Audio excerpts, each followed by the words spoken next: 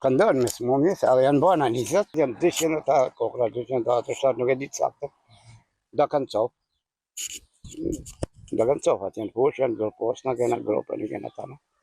Ka ndërë me smundjen e motajs, se nga ka ardhë, pas në ashdina, fushë, dhe nuk di e gjatë. Dje kanë marrë vendimin për marrë me mytë për sot, nuk e di morari, sakë se kur vitë, për do t'i mysin edhe të shnoshtat, edhe të doptat, se nuk dihet që mështë, ishte në doktorave nuk dihet se cila e ka marrë dhe cila se ka marrë virusi. 200 krerë bakti të imta janë asgjësuar këtë premte në një fermë në fshatin Trush të Bashkisë së Shkodrës. Kjo masë drastike ka ardhur pas shfaqjes së sëmundjes së murtajës së ruminantëve të vegjël, rasti i dytë pas atij të shfaqur disa javë më parë në fshatin Domen të Postribës. Nëse rasti i parë ishte shfaqur tek një tufdhish, këtë herë sëmundja shfaqur tek një tufdelesh. Është konfirmuar një rast i dytë pozitiv në qarkun e Shkodrës pas rastit të fshatit Domen në njësinë vendore të Postribës.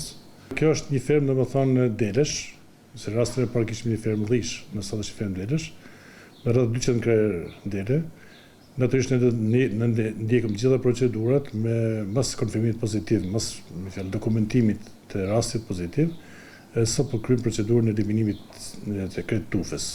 Natyrisht duhet pas parasysh nuk e kanë një smundje shumë përhapse, që prek vetëm ruminantët e vegjël, nuk ka asnjë rrezik për shëndetin e njerëzve. Domethënë është një farë mënyrë të shpërbliqem, pavarësisht përpjekjeve që ne vazhdojmë me fjalë të gjithë trupin veterinar në tërë territorin e qarkut, që të zbatojmë ato masat e parashikuara në planin e kontingjencës për këtë smundje.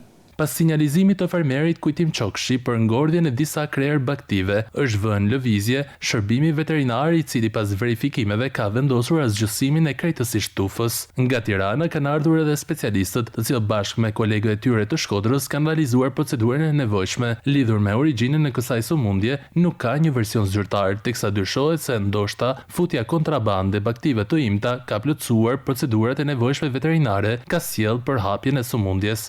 Specialistët përsërisin se përveç dëmit ekonomik tek fermerët, murtaja e ruminantëve të vegjël nuk paraqet rrezik për shëndetin e njerëzve.